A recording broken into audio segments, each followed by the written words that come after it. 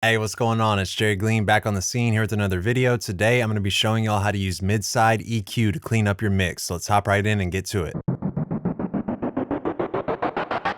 Okay, so what is mid-side EQ? Well, it's an EQ that gives you the ability to process the side frequency information separately from the middle frequency information. So when you think about the side frequency information, you're dealing with things that are out there in the stereo field. So you'll have instruments that are spaced out, they're panned left and right. You'll have your background vocals, your reverbs, your delays. When you think of middle frequency information, this is where you're dealing with things that are typically coming directly up the middle of your mix. So you'll have your vocal, your kick drum, your snare drum, your bass, your 808s. These are the things that are directly placed to come up the middle. Now, the reason why a mid-side EQ is a helpful tool in cleaning up your mix is because let's just say that, you wanted to add some brightness to just the sides and not have it affect the things that come up the middle. Well, you're going to be able to do this utilizing a mid-side EQ because you have the ability to just apply this brightness to the sides. What if we wanted to roll off some of the lower end like sub and bass frequencies from the sides, but we don't want it to affect, the kick drum and the 808? Well, we can do this utilizing a mid-side EQ. If we were to use a regular EQ, then we would be rolling off those frequencies from everything. So the bass and the kick drum would then lose those frequencies, which really are what make those sounds what they are. So a mid-side EQ is a really powerful tool for you to have in your arsenal when you're mixing and mastering. So I have a mid-side EQ plugin loaded right here on this song that I've recorded. This is the Ozone 9 EQ. But there's tons of different EQ plugins out there that have mid-side EQ capabilities. So it doesn't matter which one you're going to be using because they all do the same thing. So this EQ is loaded on my master channel. Typically, that's where I like to utilize mid-side EQ. And right off the bat, let me just go ahead and play you a little snippet of this song. And what I'm going to do is I'm just going to solo the side frequency information, and then I'm going to solo the middle frequency information.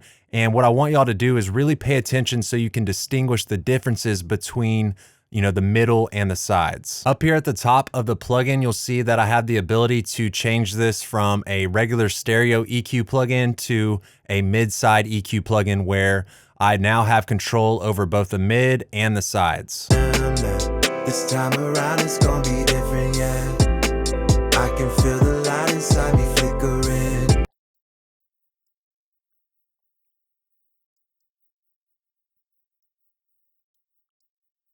To stay awake, I couldn't count the days. I've been dazed out when my bank account was empty. I was full of doubt, I had plenty time spent building up my confidence just to mix it in with some common sense. See, it's evident that the point of this is to live my life feeling free. I can tell right now that I'm on the right path.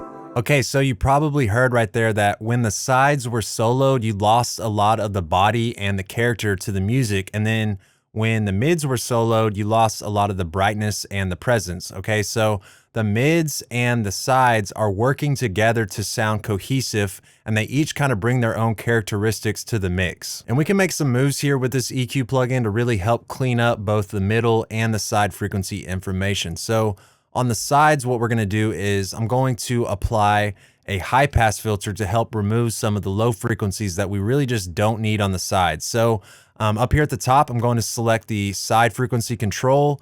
So anything I do here on this EQ now is just going to affect the sides. So I'll turn EQ point number 1 into a high pass filter, and you can actually go ahead and tighten up the slope a little bit. 12 decibels per octave will give us a good slope.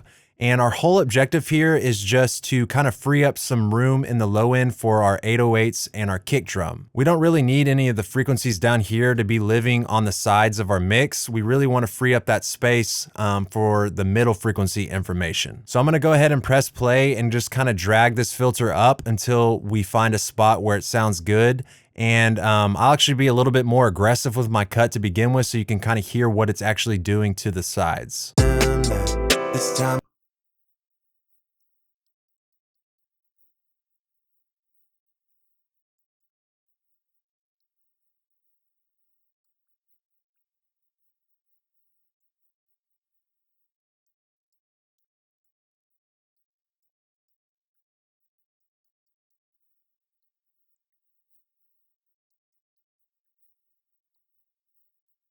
Okay, so a high pass filter right there at about 100 hertz sounded pretty good to my ears. Y'all probably heard when I pulled that filter up too much, it started to remove too many of the low frequencies from the sides, which made the sides sound weak. And that's not really what we're going after. We just want to help clean up, that low end just a little bit. So right there at 100 hertz is a pretty safe spot to put the high pass filter. Okay, so next let's go ahead and boost some of the high end on the sides only. We'll use this EQ point right here. We'll turn it into a high shelf, and we'll go ahead and press play and kind of experiment with this. Remember, we're only boosting to the sides only.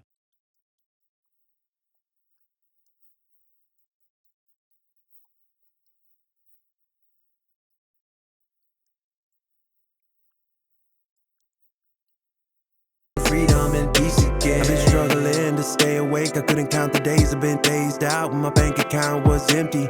I was full of doubt. I had plenty time spent building up my confidence just to mix it in with some common sense. See, it's evident that the point of this is to live my life in a free. I can tell right now that I'm on the right path.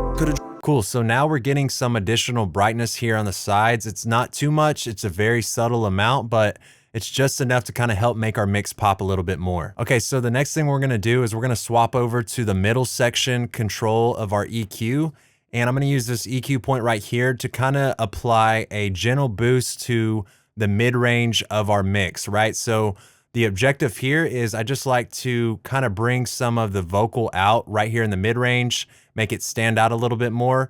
And I don't want this to be applied to the stuff that's on the sides, right? I just want to help bring out the vocal, which is going to be coming directly at the middle, which is why I'm using the middle section of this EQ. This time around it's gonna be different, yeah. I can feel the light inside me flickering, weighing all my options, reconsidering. Back and forth, I'm dreaming, I'm seeking freedom and peace again. I've been struggling to stay awake. I couldn't count the days. I've been dazed out when my bank account was empty.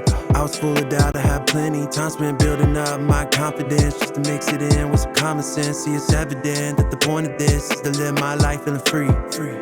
Okay, so that kind of helped elevate the vocal from the mix and also kind of brought the snare out a little bit. So nothing drastic here, just a dB or so with a pretty wide curve. So that way the change is a little bit less noticeable. Let's press play again, and I'm gonna bypass this plugin on and off so that way y'all can hear all of our changes that we're making to both the mids and to the sides of the song. This time around it's gonna be different, yeah. I can feel the light inside me flickering, weighing all my options, reconsidering. Back and forth, I'm dreaming, I'm seeking freedom and peace again. I've been struggling to stay awake. I couldn't count the days. I've been dazed out when my bank account was empty. I was full of doubt. I had plenty time. Okay, so to my ears, I heard small changes, right? When the plugin was engaged, everything just sounded more tight and clean and kind of opened up a little bit more. Nothing was a really big change, but to me, that's how I like to use mid-side EQ. Mostly during the mastering phase or the final stages of my mixing when I'm bringing all of my buses together. Typically, I'm not making huge moves with this mid-side EQ. If there's a big problem that needs to be addressed or fixed, I'll go back to the mix and make the adjustments right there where I need to. But I don't like to use this mid-side EQ to make really drastic moves. All right, so that's it for today. I hope y'all learned something. If you're still confused about anything, just leave a comment and I'll get back to you as soon as I can, and I'll see you on the next video.